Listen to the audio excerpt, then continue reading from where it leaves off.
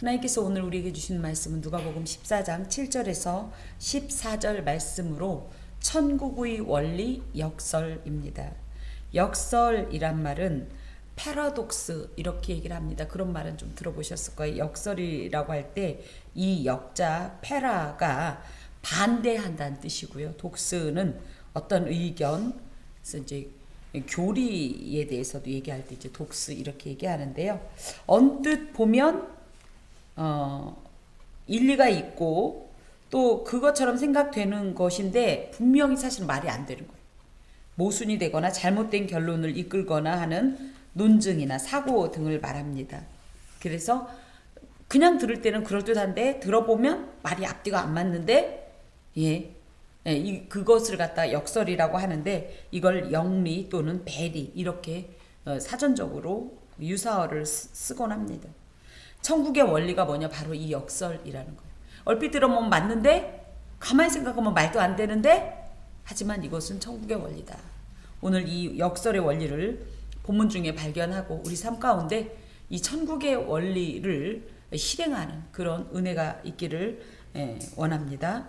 청함을 받은 사람들이 높은 자리 택함을 보시고, 이게 무슨 얘기냐면 지금 14장 1절부터 시작되는 거예요. 1절에 뭐가 있었어요? 안식일에 예수께서 한 바리새인 지도자의 집에 떡 드시라 식사 초대를 받으셨어요. 그래서 거기에서 일단 그 수종병 든 사람을 고쳐주신, 그래서 안식일의 본래의 이 목적을 이제 확인시켜 주신 그런 내용과 함께 이제 그런 것이 끝나고 나서 예수님께서 이제 보신 거예요. 보통 일반적으로 안식일에는 지난주에도 말씀드렸듯이 회당에서 예배가 끝나고 나면 지금 현재 우리처럼 맛있는 음식을 대접하여서 그 주를 향한 경건이 수직적으로 수평적으로 이렇게 평형을 이렇게 균형을 유지하도록 하는 이런 내용들이 있었습니다. 그래서 식사를, 그러니까 이 안식일에 초대를 받았다는 건 회당 예배가 끝나고 나서 예수님 저희와 함께 식사하시죠 이렇게 초대가 돼서 들어가셨던 자리에서 뜻밖의 예수님께서 이 목격하신 것이 뭐냐면 청함을 받은 사람들이 높은 자리를 택하시는 걸 보신 거예요. 자, 이것은 무슨 얘기냐면 서로가 저희도 상석이라는 게 있죠. 차를 탔을 때 상석이 어딥니까? 저희는 조수석이라고 알고 있는데, 그죠? 이쪽, 그죠? 운전석 뒷자리, 그죠? 지금 시대가 바뀝니다. 또 엘리베이터 상석은 어딜까요?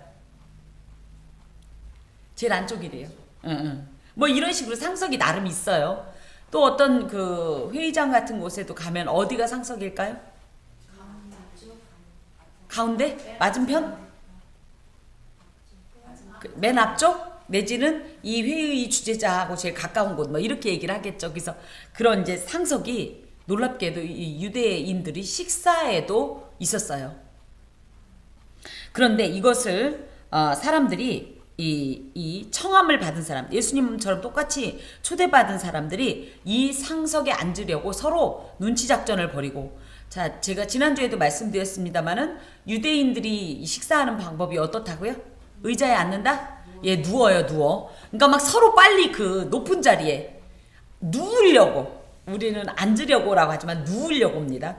누우려고 서로가 막 눈치 싸움을 해가면서, 그러면서 그 자리에 빨리 누구라도 누우려고 막 이런 쟁탈전 아닌 쟁탈전을 벌이는 걸 예수께서 보신 것이에요. 이 높은 자리라고 할 때는 프로토 클리시라는 말로 첫 번째 좌석 이런 뜻입니다. 당시에 음식상에 앉는 순서가 손님들이 신분이나 지위에 따라 정해져 있었고, 근데 지금도 마찬가지인 것 같긴 해요. 집에서도 아버지가 앉는 자리가 있고, 그저 이렇듯이 그 중에서 가장 귀한 손님은 그러니까 보통 이스라엘 사람들이 상을 차리면 디귿자로 차렸대요. 디귿자.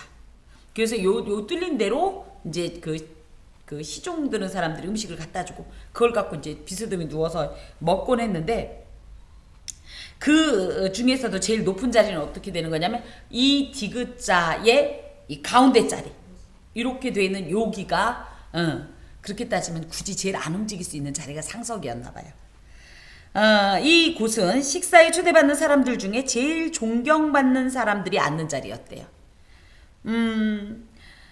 그리고 그 당시 연회장에 마련된 식탁은 상하 구별이 있고 높은 사람이 앉는 높은 위치에 있는 사람들이 앉는 식탁과 낮은 사람들이 앉는 식탁이 따로 구별되어 있었다고 해요. 근데 이런 것들을 우리 어린 시절에 생각하면 그죠? 우리 부모 그러니까 아버님, 할아버지, 그죠? 사촌 오빠들은 어디에 앉았어요? 그야말로 상석에 앉고 저희 여인들 그죠?는 어디에 앉았어요? 그야말로 이 그죠? 예. 하석이라고 해야 될까? 이렇게 앉았던 그런 것처럼 그 이제 고대니까 특히 이런 게 있었는데 바리새인들이 이 곳에서 저마다 빨리 그 가장 높은 자리에 앉을 수 있는 그 기회를 막 쟁탈해서 빨리 그 자리에 앉으려고 했다라는 거죠. 이게 무슨 얘기냐? 누가 얘기하잖아요. 내가 그 자리에 앉아서 제일 높은 사람인 것처럼 하고 싶었다는 얘기인데 예, 그 모습을 보고 예수님께서 이들에게 이제 비유로 말씀하시는 거예요. 그래서 여기 이제 택했다라는 말이 에클레고라는 말인데 무슨 얘기냐면 이렇게 이제 가서 누웠어요. 누웠는데 마침 내 뒷자리가 예를 들어 상석하고 가까운 자리에 누가 잠깐 일이 있어서 나갔다 그럼 어떻게 되는 거예요? 빨리 그 자리를 채우는 거예요. 뭐 이런 식으로 계속 서로가 아주 유치한 경쟁을 하고 있었대요. 여기서 이제 예수님께서 그들을 보셨다 할 때는 에페코라는 말로 자세히 관찰하다. 그냥 본 게 아니라 계속 예수님께서 그렇게 따지면 아직 자리를 예수님은 차지하지 않고 그들의 그런 모습을 계속해서 지켜보셨다라는 말씀이죠.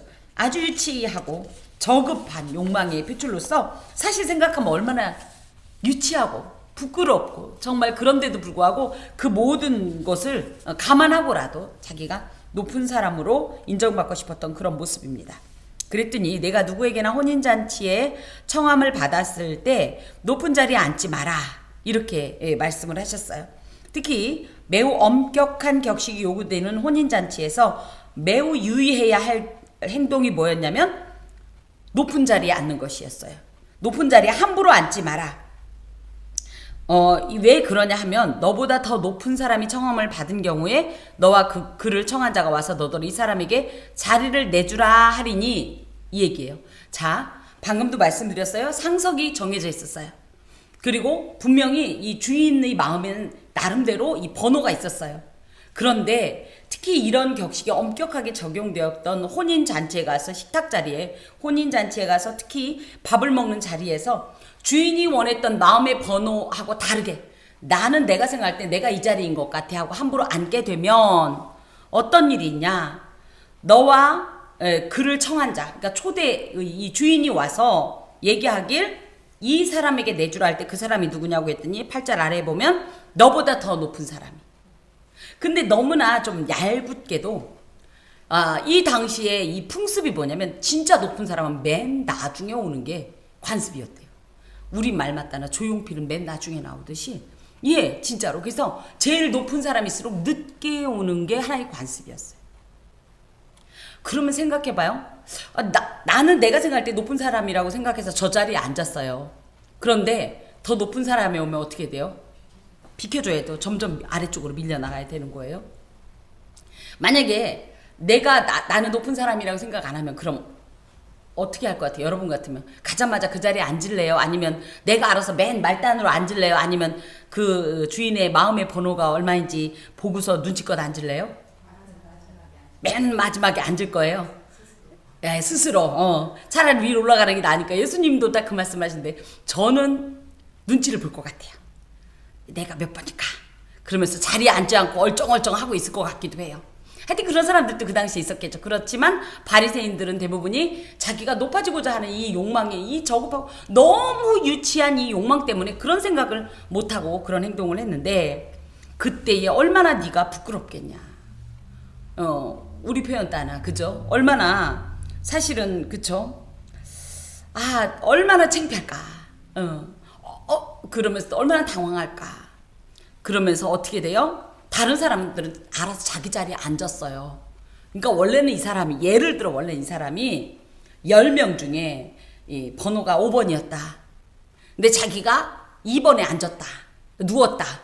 그랬더니 알고 보니까 자기는 원래 이 5번이었는데 2번에 앉는 바람에 어떻게 돼? 다른 사람이 거길 채워서 마지막 자리가 하나 빈 거예요. 거기 가서 눕게 될 거다. 그 얘기예요. 그러니까 높아지려고 하면 역으로 더 낮아질 거다. 그러니까 자꾸 뭐래 높아지려고 하지 마라. 니네들 지금 높아지려고 서로가 어떻게 하면 최대한 이 상석으로 갈까봐 몸을 밀치고 눈치 싸움을 하고 이런 장면이 저는 다르긴 하지만 우리 지하철 타면 끝자리가 좋죠. 그렇지 않나요? 전 그래서 옆자리에 있다가 끝자리만 비면서 싹 하고 엉덩이 돌리는 약간 그런 것처럼 그렇게 하지 마라. 청함을 받았을 때 차라리 처음부터 가서 맨 말자리에 앉아라. 그러면 그 주인이 와서 아이고 버시오 뭐예요? 너무너무 친밀한 사이라는 거예요. 결국은 가장 귀한 사람이 누구예요? 초대한 사람하고 제일 친한 사람 아니겠습니까? 그런 사람, 그런 어떤 자기가 그런 존재라는 것을 주인으로부터 확인받고 올라 앉으라. 아까는 뭐라고 그랬어요? 9절에 그 사람에게 자리를 내주라 하면서 오히려 끝으로 갔다면 오히려 말석에 앉으니까 올라올 일만 남았다는 거예요. 자, 그때야 함께 앉은 모든 사람 앞에서 영광이 있으리라. 그래서 처음에 이 사람이 말석에 앉으니까 많은 사람들이 저 사람은 그런 사람인가 보다 하고 무시했는데 알고 보니까 정말 귀한 존재라는 것을 사람들이 보면서 저 사람이 저런 사람이었어. 이렇게 이 판단을 받게 된다 이거죠. 사실 구절과 같은 일이 있으면 얼마나 수치스럽고 그쵸? 부끄럽고 내가 이 사람에게 어떤 존재라는 것이 오히려 드러나는 것이 그쵸? 근데 10절 같은 경우 얼마나 영광스럽고 그런데 너희들은 왜 자꾸 이런 유치한 행동을 하느냐 하지 마라 그 얘기입니다. 특별히 여기에 청한 자 9절에 그를 청한 자라는 이 표현에는요 이 말은 누구냐 무엇을 의미하냐면 최종 심판자로서의 하나님을 의미합니다. 그래서 하나님께서 저희를 청했어요. 근데 우리는 어느 곳에 가든지 높아지고 싶으니까 하나님께서는 그 자리를 명하지 않았는데 스스로 제일 높은 자리에 올라가 앉을 때 어떤 일이 있어요? 이 자리 네 자리 아니다 라고 이런 말을 듣게 되면 얼마나 수치스럽기도 하겠고 또 사실은 이 청한자라는 표현이 방금도 말씀드렸던 것처럼 최종 심판자로서의 하나님이라고 했는데 이것은 하나님의 최종적으로 교만한 자에게 주는 판결 같은 거예요. 교만한 사람에게 어떤 판결을 내리신다? 내려가라. 너는 가장 낮은 자다. 라는 이런 판결을 받을 수밖에 없으니 항상 어떻게 해라? 하나님의 심판, 그날의 판결을 대비해서 내가 지금 여기서 막 높은 자처럼 했더니 나중에 하나님 앞에 갔더니 말석에 앉을 수밖에 없는 자라고 할 것 같으면 차라리 처음부터 끝자리에 있을 때 이 겸손함을 보시고 오히려 하나님께서는 아이고 겸손하게 왜 거기 있냐 더 이쪽으로 와라 이런 말씀을 하실 거다 그런 표현입니다. 잠언서 25장 6절에서 7절은 왕 앞에서 스스로 높은 채 하지 말며 대인들의 자리에 서지 말라 이런 말씀이 있어요. 이는 사람이 내게 이리로 올라오라고 말하는 것이 내 눈에 보이는 귀인 앞에서 저리로 내려가라고 말하는 것보다 나음이니라. 같은 내용이 이렇게 있습니다. 사람들은 자꾸 높아지고 싶어요. 높아지고 싶다라는 것이 진짜 자리 얘기가 아니라 자꾸 내 입으로 내가 높음을 자랑하고 싶어요. 나는 이런 거 잘해요. 난 저런 거 잘해요. 난 이런 것에 뛰어나요. 난 우월해요. 라고 자꾸 자기를 얘기하게 되면 그야말로 마치 구절과 같이 내가 높아졌기 때문에 어떤 일이 있냐 나중에 하나님께서 너 그런 애 아니거든 하면서 오히려 말썽으로 떨어질 수 있다는 거예요. 근데 아이고 나는 늘 부족합니다. 에휴 제가 뭘 했다고요. 아닙니다. 도움입니다. 덕분입니다. 이렇게 얘기하고 말썽에 스스로 앉으면 어떤 일이 있다고요? 이렇게 겸손을 할 수가 위로 올라와라. 이런 말을 듣게 된다라는 말씀이에요. 특히 여기 10절에 버시어 올라 앉으라 할 때 이 여기는 단순한 지금 말석에 앉은 것보다 조금 더 높은 자리가 아니라 여기에 올라 앉으라 라는 말은 주인의 옆자리를 의미합니다. 그래서 마지막 심판날에 그간 스스로를 높이며 세상의 명예와 영광을 쫓았던 자들은 부끄러움을 당하는 반면에 스스로를 낮추고 겸손히 행동했던 자들은 하나님 물론 옆자리라고 해서 진짜 뭐 하나님 보좌 우편 이건 아니지만 그만큼 가까이에서 하나님의 이 영광을 누리는 이런 복을 얻게 된다라는 거예요. 사람의 높고 낮음을 사실은 내가 가만히 보면 내 욕심에 의해서 내가 자꾸 높아지고 싶고 내가 커 보이고 싶고 뛰어나 보이고 싶어 하는 이런 어떤 욕망이 우리의 인생을 망가뜨릴 수 있습니다.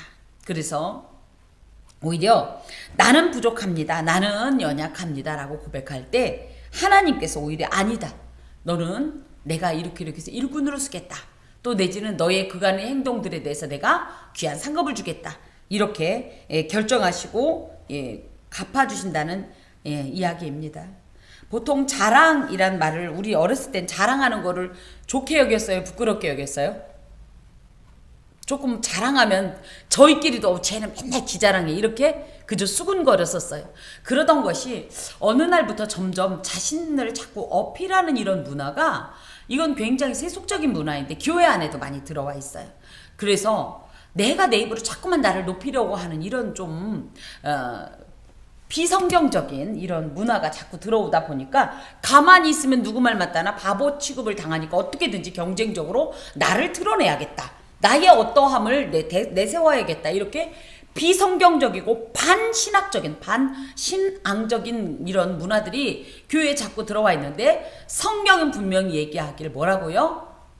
오히려 자기를 자랑하는 자가 아니라 겸손한 자가 스스로를 낮추는 자가 하나님 앞에서는 합당한 자고 그런 자가 사실은 높임을 궁극적으로 받게 된다는 이런 교훈입니다.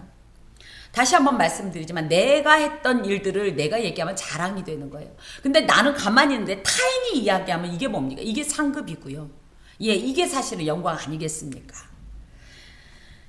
또 봅시다. 자, 그러면서 11절에 무릇 자기를 높이는 자는 낮아지고 자기를 낮추는 자는 높아지리라. 그래서 내가 나를 자꾸 높이면 뜻밖에도 점점 낮아지는 것이다 이거예요. 물론 어느 순간에 낮아지기도 하겠지만 내가 자꾸 나를 높이면 점점 낮아지는 것이다. 차라리 나를 처음부터 낮추면 하나님께서 점점 높게 하시리라. 이게 굳이 얘기하면 역설입니다. 왜요? 원래 나를 높여야 내가 높아지죠. 나를 낮추면 자꾸 낮아지죠. 내가 자꾸 나를 어필하고 나를 자꾸 고양을 시켜야 남들도 인정을 해주지. 그쵸? 내가 아이고 나는 그렇지 못합니다. 나는 부족합니다 하면 낮아지는 거잖아요.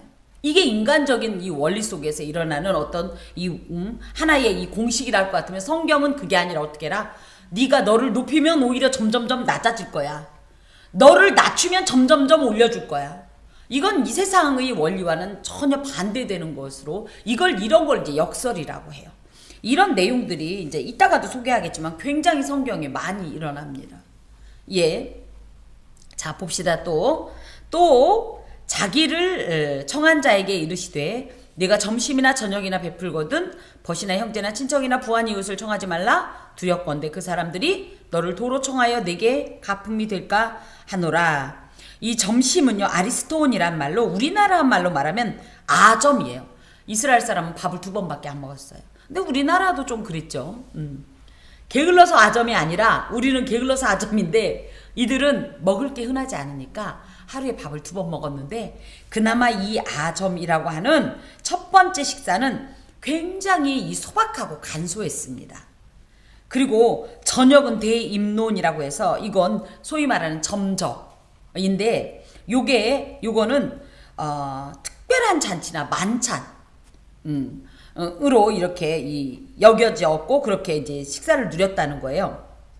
여기에는 점심이나 저녁이나 라고 되어 있지만 원어상으로는 크고 작은 식사를 베풀 때 큰 거는 저녁 식사, 작은 거는 점심 식사. 근데 그게 중요한 건 아니고 그럴 때 벗이나 형제나 친척이나 부한 이웃을 청하지 말라. 이게 무슨 얘기냐면 벗, 또 형제, 친척, 부한 이웃 등은 자신과 비슷한 형편에 있는 그런 비슷한 처지에 있는 사람들로 이들이 뭘 하냐면 내가 크고 작은 식사를 베풀었던 이 사람들은 그걸 갚을 능력이 되니까 다음에 어떡하겠어요?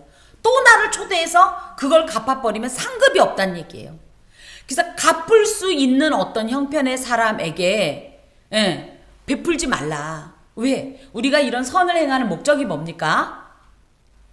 하나님 앞에서 사실은 기억되기 위한 바람이 있지 않습니까?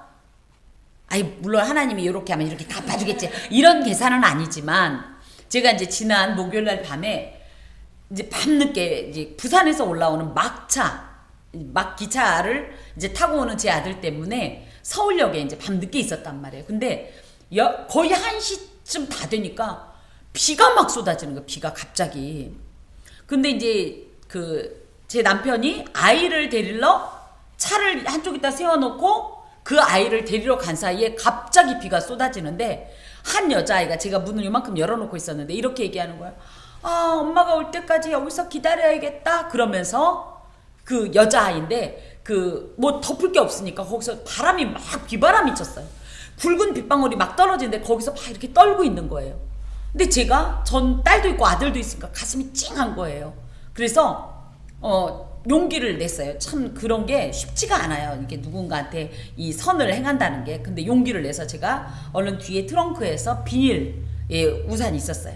그래가지고 제가 얘기했어요. 엄마 기다리세요. 그랬더니 경계하죠. 웬 아줌마가 갑자기 한밤중에 아는 척하니까 엄마 기다리세요. 그랬더니 어떻게 알았지? 이런 눈으로 막 해서 아니 그게 아니라 내가 여기 차에 있었는데 비 맞고 있는 게 짠해서 나도 아들 데리러 왔어요. 나도 딸도 있고 그런데 이 우산 써줄래요? 제가 이랬어요. 그랬더니 예, 막 이렇게 막 당황도 하고 그런 별것도 아닌데 그래서 그러면서 그러니까 이거죠. 내가 당신을 다시 만날 일이 없는데 이 우산은 어떻게 돌려드릴까요? 이런 눈빛이길래 저 우산 많아요.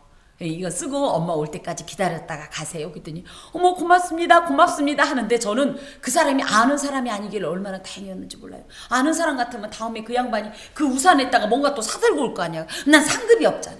근데 다시는 그 딸을 만날 일이 없기 때문에 제가 하나님 보셨죠 막 제가 딱 이 원리 아니겠습니까? 물론 우리가 하나님 내가 이거 했으니까 얼마 주실래? 이건 아닌데 늘 우리가 하나님께서 보신다는 이런 기대하에 선을 행하는 것도 있잖아요. 물론 마음은 악한데 그랬다라는 건 아니고 어찌됐든 우리는 하나님께서 보신다는 기대감이 있잖아요. 근데 만약에 방금도 말씀드렸던 것처럼 그 자매가 나하고 아는 사이거나 그럼 어떻게 되겠어요? 도로 갚아버리면 난 상급이 없는 거예요. 지금 그 얘기예요. 그래서 어떻게 해야 되냐? 13절에 잔치를 베풀거든. 즉 누군가를 접대하거나 선을 행할 대상자가 누구냐 하면 벗이나 형제나 친척이나 부한 이웃처럼 너에게 그대로 내지는 플러스 알파에서 갚을 사람에게 행하지 말고 오히려 가난한 자, 몸 불편한 자, 저는 자, 맹인들. 그래서 경제적으로 절대적인 무능자들, 보답할 방법이 없는 자들. 그래서 이들은 뭐 할까요? 그래서 그런 비닐우산 하나에 저에 대해서 어떤 마음이 들었을까요?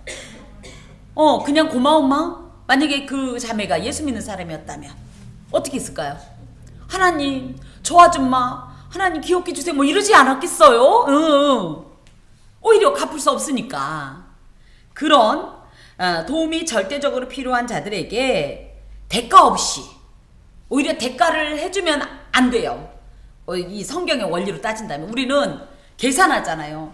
내가 이렇게 예를 들어 내가 이 사람한테 이제 제가 잔치를 치러봤으니까 내가 이 사람한테 10만 원을 축의금을 내면 이 사람도 다음에 나한테 적어도 10만 원 이상 하겠지. 이런 계산으로 나에게 갚을 수 있는 사람에게 행하지 말고 오히려 나는 그냥 주어야 되는 사람. 그래서 다시는 받지 못할 사람에게 적극적으로 행동하라. 근데 세상은 어때요? 다 계산 속이잖아요. 내가 이렇게 하면 이 사람이 이렇게 할 텐데 그럼 얼마가 플러스 마이너스야?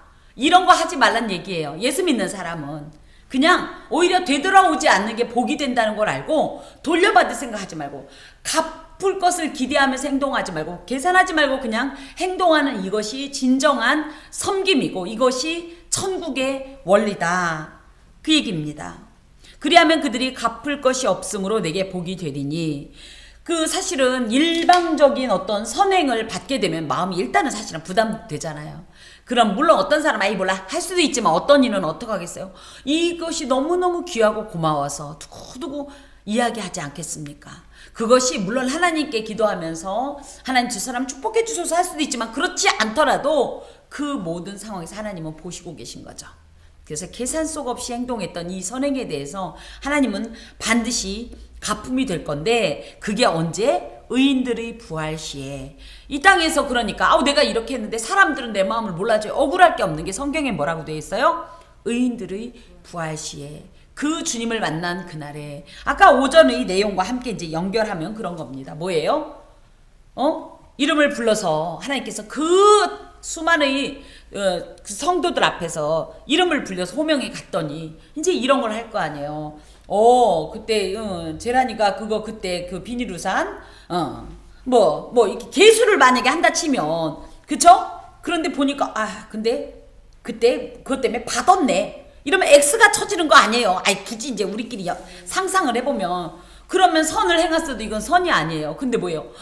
이거 너 비닐우산 못 받았네? 뭐 이래가면서 이거 그냥 이게 다 하늘나라에 쌓인 거예요. 그래서 그날 그 영화로운 자리에서 하나님의 특별한 칭찬을 받게 되는 거예요. 이런 마음으로 우리는 보통은 갚아줄 것을 생각하고 그것을 기대하면서 행동하지만 그건 천국의 원리가 아니라는 거예요. 오히려 갚아줄 것이 없어서 기쁜 거예요. 갚지 못해서 기쁜 거예요.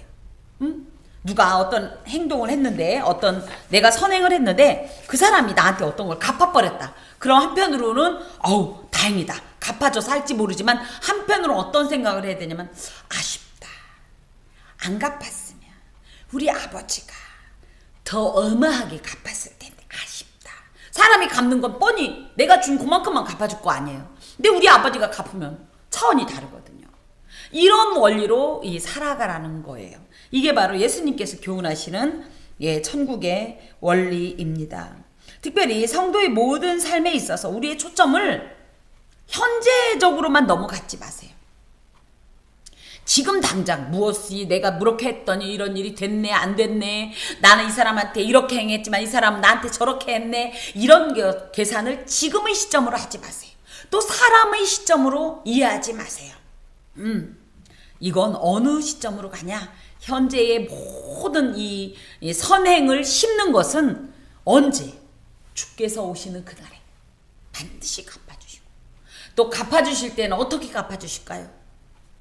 정말 지금은 아무도 안 보는 곳에서 내 마음만 알고 우리 아버지만 알았던 그 내용을 공개적으로 발표해서 얼마나 영광스럽고 자랑스럽고, 그랬던 내가 생각해도 너무 기특하고 뿌듯하고, 이렇게 하나님께서 갚아주실 날을 생각한다면 지금 자꾸 내 입으로 난 이렇게 잘했네, 난 저렇게 잘했네, 그러고 보니까 진짜 저도 지금 속상하네요. 하나님 이거 그냥 하나의 얘긴데 내가 그거 비닐우산 준 거 하나님 그때 너 저기 교회에서 자랑했으니까 이 엑스하면 어떡해.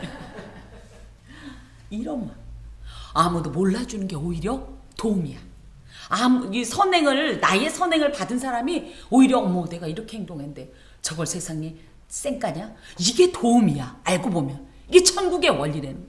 나는 이렇게 행동했는데 세상에 저 사람이 오히려 그걸 먹고 다시는 모른 척 해버렸어요. 그러면 나는 인간적으로 너무 억울하고 약올르고 배신감이 들지만 사실은 이게 이 천국의 관점으로 보면 그날을 위해 영광을 쌓아두는 일이야.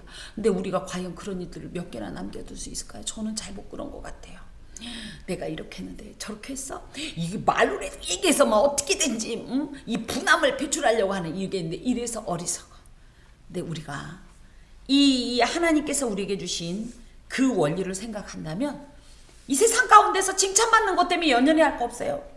이 세상 가운데서 갚아줬니 안 갚아줬니 따질 게 아니에요. 그날의 영화를 생각한다면 이게 신앙입니다. 세상의 원리는 스스로를 높이고 자랑하는 것이 마땅하고 그게 지혜롭고 현명한 행동이라고 가르칩니다. 그러나 천국은 역설의 원리. 그래서 인간적 관점, 계산으로는 절대 이해할 수 없는, 그리고 세상과는 절대적으로 대조되는 원리를 교훈합니다. 대표적으로 요한복음 12장 24, 25절에 보면 한 알의 밀이 땅에 떨어져 죽지 아니하면 한 알 그대로 있고 죽으면 많은 열매를 맺느니라. 자기의 생명을 사랑하는 자는 잃어버릴 것이요 이 세상에서 자기의 생명을 미워하는 자는 영생하도록 보전하리라. 말도 안 되는데 이게 천국의 원리라는 거예요. 한 알의 밀이 땅에 떨어져 안 죽고 싶은데 우리는 굳이 죽어야 많은 열매를 맺는데요. 안 죽으면 어떻게 돼? 한 알 그대로 있다는 거예요. 그래서 어떻게 해요? 매일매일 죽어야죠. 죽어야지. 응? 많은 열매를 위해서. 또 내 생명만큼 아깝고 소중한 게 어디 있습니까? 내 생명이라 할 것 같으면 단순한 이 호흡이 아니에요. 단순한 이 심박동이 아니에요. 내 생각, 내 감정, 내게 소유된 수많은 것들이 다 생명이라고 할 때 이것을 지나치게 아끼면서 나 위주로 살아가면 오히려 이걸 다 빼앗겨 버린다는. 그날에 그날에 주님께서 뭐라고 그러겠어요? 네가 너를 그토록 아꼈으니 난 안 이뻐해줘도 되겠지? 그럼 뭘 할 거야? 네가 네 걸 그렇게 아꼈으니 난 너 안 아껴줘도 되겠지? 이러면 어쩔 거예요? 그죠? 오히려 나는 나를 버릴 때 주께서 그런 나를 아끼시는 게, 계산하지 말라고 했지만 우리가 앞뒤로 이렇게 계산해보면 훨씬 크잖아. 그쵸? 머리를 써야 돼. 신앙인이 머리를 써야 돼. 이 세상에서 자기의 생명을 미워하는 자, 생명을 미워했다고 해서 무슨 극단적인 선택을 하라고 밥도 주지 말라 이런 얘기가 아니라 내꺼 나 이거를 오히려 버리면, 그리고 그 자리에 주님의 마음을 담으면 이것이 오히려 영생하도록 보존되어지는 천국의 보물과 같은 이런 결과가 있다라는 거예요. 또 마태복음 20장 26절에 18절에 너희 중에 누구든지 크고자 하는 자는 너희를 섬기는 자가 되고, 정확하게 나온 거예요. 너희 중에 누구든지 으뜸이 되고자 하는 너희의 종이 되어야 하리라. 그러니까 자꾸 크려고, 높아지려고, 으뜸이라고, 최고라고, 지켜받고, 칭찬받고, 내가 한 것이 최고라고 이렇게 얘기하는 것에 자꾸 취하면 결과적으로 어떻게 돼요? 하나님께서 그걸 판결하실 때 말 속으로 가라. 네 주제로 가라. 이렇게 말씀을 들을 수밖에 없다는 거예요. 그러면서 그런 것의 전형적인 모범이 뭐냐면 이겁니다. 인자가 온 것은 섬김을 받으려 함이 아니라 도리어 섬기려 하고 자기 목숨을 많은 사람의 대속물로 주려 함이니라. 이 모범이 예수였다는 거예요. 예수님처럼 산다는 게 이런 거예요. 성경의 가장 큰 역설은 뭐냐? 죽음으로 생명을 주셨다는 건데 이게 누구예요?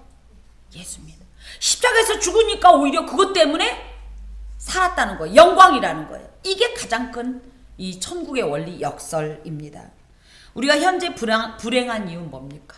많은 사람들이 행복합니까? 그러면 안 행복하다고 얘기하면 왠지 그럴까봐 그건 못하고 이렇게 웃는데, 그래서 많은 사람들은 생각보다 행복하다기보단 불행하다고 말을 많이 하죠. 특히 한국 사람들 행복하냐고 좋냐고 그러면 아휴 뭐 죽지 못해 사는 거죠. 이런 소리나 하고, 그죠? 저도 누가 행복하세요 그러면 이렇게 얘기하고. 근데 왜 이럴까? 이 스스로 불행하다고 생각하는 이유가 뭘까 할 때는 더 가지고 싶고, 더 높아지고 싶고, 더 누리고 싶고, 더 강하게, 더 빛나고 싶은데 이게 안 되니까 불행하다고 생각하는 건 아닐까? 굳이 더라는 표현을 제가 넣은 이유는 뭐예요? 지금 내 이 사이즈보다 훨씬 더 부풀리고 싶은데, 그래서 사람들한테 어필하고 싶은데, 그래서 소위 말하면 높아지고 싶은데, 섬김을 받고 싶은데, 으뜸이고 싶은데 이게 안 되니까 오히려 불행하다. 근데 나의 있는 모습 그대로 보면 이 정도면 충분한데, 그쵸? 이런 우리에게 예수께서는 예수의 십자가를 보내는 거예요. 그분의 십자가가 가장 큰 천국의 이 역설인데, 예수의 십자가는 뭐예요? 모든 것을 다 내어주셨고 다 버리셨죠. 그리고 가장 낮아지셨고 가장 약해지셨죠. 전혀 계산이 없는 일방적인 섬김 아닙니까? 방금도 더라는 표현인데, 우리가 원래 사이즈가 이렇다면 우리는 이만큼 해 보이고 싶어서, 근데 이렇게 되지 않는 것 때문에 불행하다면, 예수는 오히려 이 측량할 수 없는 분이, 계측이 안 되는 분이 도리어 가장 낮고 가장 비참한 모습으로 이렇게 되신 요 십자가의 역설 때문에 우리가 지금도 하나님을 아버지라고 부르고, 이런 죄인이어서 당연히 죽었음에도 불구하고 천국을 소망하고 영생을 소망한다고 볼 때, 천국의 원리인 역설, 즉 내어주며 낮아지며 약하고 또 헌신하고 계산을 내려놓는 이런 삶을 사는 것이 사실은 더 강해지고 더 높아지고, 그저 더 많아지고 더 누리게 되는 귀한 단초가 되지 않는가.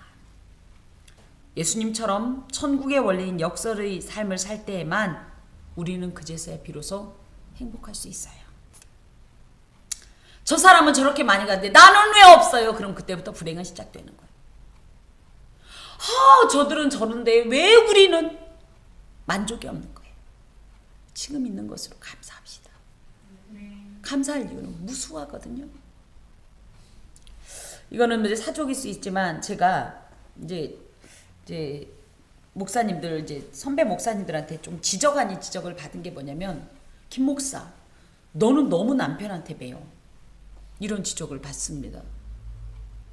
왜냐하면 제가 볼 땐 굳이 제가 그 시간에 같이 안 있어도 되기에 저는 그러면 집이 가까우니 전 집에 가서 남편 출근시키고 오겠습니다. 그 출근 속에는 밥을 먹여야 돼요. 저는 남편 밥을 꼭 먹여야 돼요. 왜 그러냐 하면 워낙 약하니까. 근데 그 근본에는 뭐가 있냐면 제가 어린 시절에 친정아빠를 잃지 않았습니까? 그게 트라우마가 있어서요. 남편이 이러다가 약해져서 죽으면 어떡하지? 이런 어떤 사실 포비아가 있습니다. 그래서 이제 제가 이제 자꾸 그러는 것을 이제 이 목사님, 선배 목사님들 같은 경우는 요즘 젊은 목사들이 말이야. 너무 뭐 이렇게 이제 비난을 하더라고요. 근데 저는 그래도 계속 할 겁니다. 계속 해오고 있고 계속 할 겁니다. 그렇게. 왜 이 얘기를 하느냐 하면 많은 사람들은 이 행복의 조건, 만족의 조건들을 막 우리한테 막 제시해요. 그죠? 근데 나하고 맞는 걸 잘 선택하세요. 그리고 줏대를 가지세요. 사람들이 이런다고 그래가지고 막 거기에 흔들리고 저런다고 그래서 저기에 막 흔들리고 이러다 보면 결국은 뭐예요? 사람들이 원하고 사람들이 어떻게 보면 기대하는 내지는 정해진 바대로 막 가게 되고 그 다음에 세상적인 어떤 원리에 자꾸 휩쓸리는 것 같아요. 요즘 세상이 어떻습니까? 남편에 대해서 특히 배우자에 대해서 함부로 대하는 이런 문화가 팽배합니다. 저는 그렇기 때문에 특히 더 신앙인들은 이 세상적인 이런 어떤 원리에 부응하면 안 된다고 생각해요.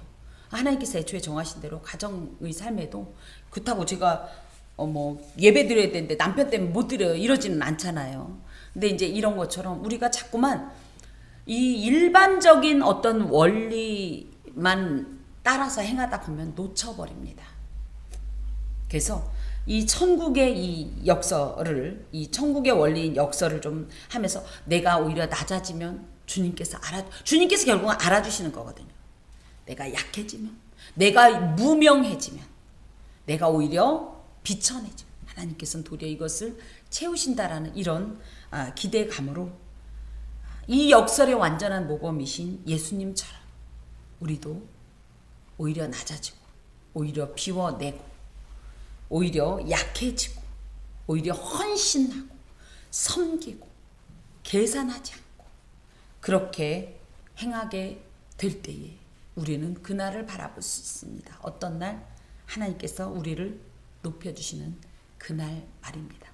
그날을 바라보면서 우리 부지런히 역설의 원리, 천국의 원리인 이 역설의 원리를 좇아서 이름도 없이 빛도 없이 이 땅 가운데는 그러하지만 반드시 영광의 그 부름의 상 앞에 설 것을 기대하면서 살아가야 합니다. 기도하겠습니다. 주님 감사합니다.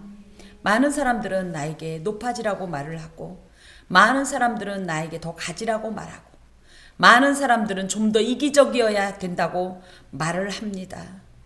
하지만 이것은 결코 예수님과 같은 자리가 아님을 알게 됩니다. 예수님과 마주보는 자가 아니라 예수님의 뒤를 쫓는 자 되게 하여 주시옵소서. 당신께서 그렇게 행하셨듯이 저희도 그렇게 주의 모범을 따라 행할 때에 참으로 많은 사람들은 그것을 역설이라고 비웃을지 모르겠습니다. 모순이라고 인정하지 않을 줄 모르겠습니다. 하지만 주께서는 그것을 보시고 우리에게 반드시 갚아주심을 그 은혜로운 보상을 기대하면서 오늘도 주님처럼 하나의 미랄이 되어서 썩어지는 자 되게 하여 주시옵소서. 섬기는 자 되게 하여 주시옵소서. 예수 그리스도의 이름으로 기도하오며 주님의 기도를 드립니다. 하늘에 계신 우리 아버지, 아버지의 이름을 거룩하게 하시며 아버지의 나라가 오게 하시며 아버지의 뜻이 하늘에서와 같이 땅에서도 이루어지게 하소서. 오늘 우리에게 일용할 양식을 주시고 우리가 우리에게 잘못한 사람을 용서하여 준 것 같이 우리 죄를 용서하여 주시고 우리를 시험에 빠지지 않게 하시고 악에서 구하소서. 나라와 권능과 영광이 영원히 아버지의 것입니다. 아멘.